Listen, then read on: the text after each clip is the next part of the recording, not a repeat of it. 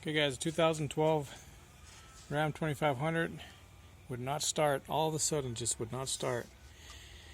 I smelled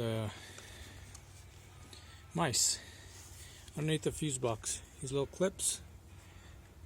You got 4 of them. 2 on each side. The whole thing pops out. There was a nest down there. I already cleaned it. It's got pepper all over it now. I put pepper everywhere. Because I heard that pepper, once they smell pepper, they flee. It gets it up their nasal passages, and they do not like it. So I put pepper everywhere. I was like, what the hell? I've never had one single problem with my truck. 46,000 miles, never been in the shop. And I was like, no, it's got to be something simple. It's a standard, so I thought maybe it was a neutral safety switch on the clutch, but no, that was fine. And guess what? I said, no, let me pull this out. Before I pull the starter out and check it out, I'm going to pull this out because the starters should last to about 100,000 miles or so.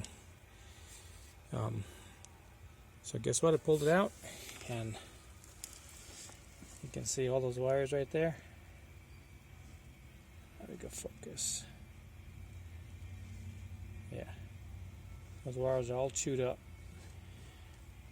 There's 2 of them that aren't even touching, so I got to fix the outer shield and strip them and redo them, and I'll let you know what happened. Hopefully this fixes it.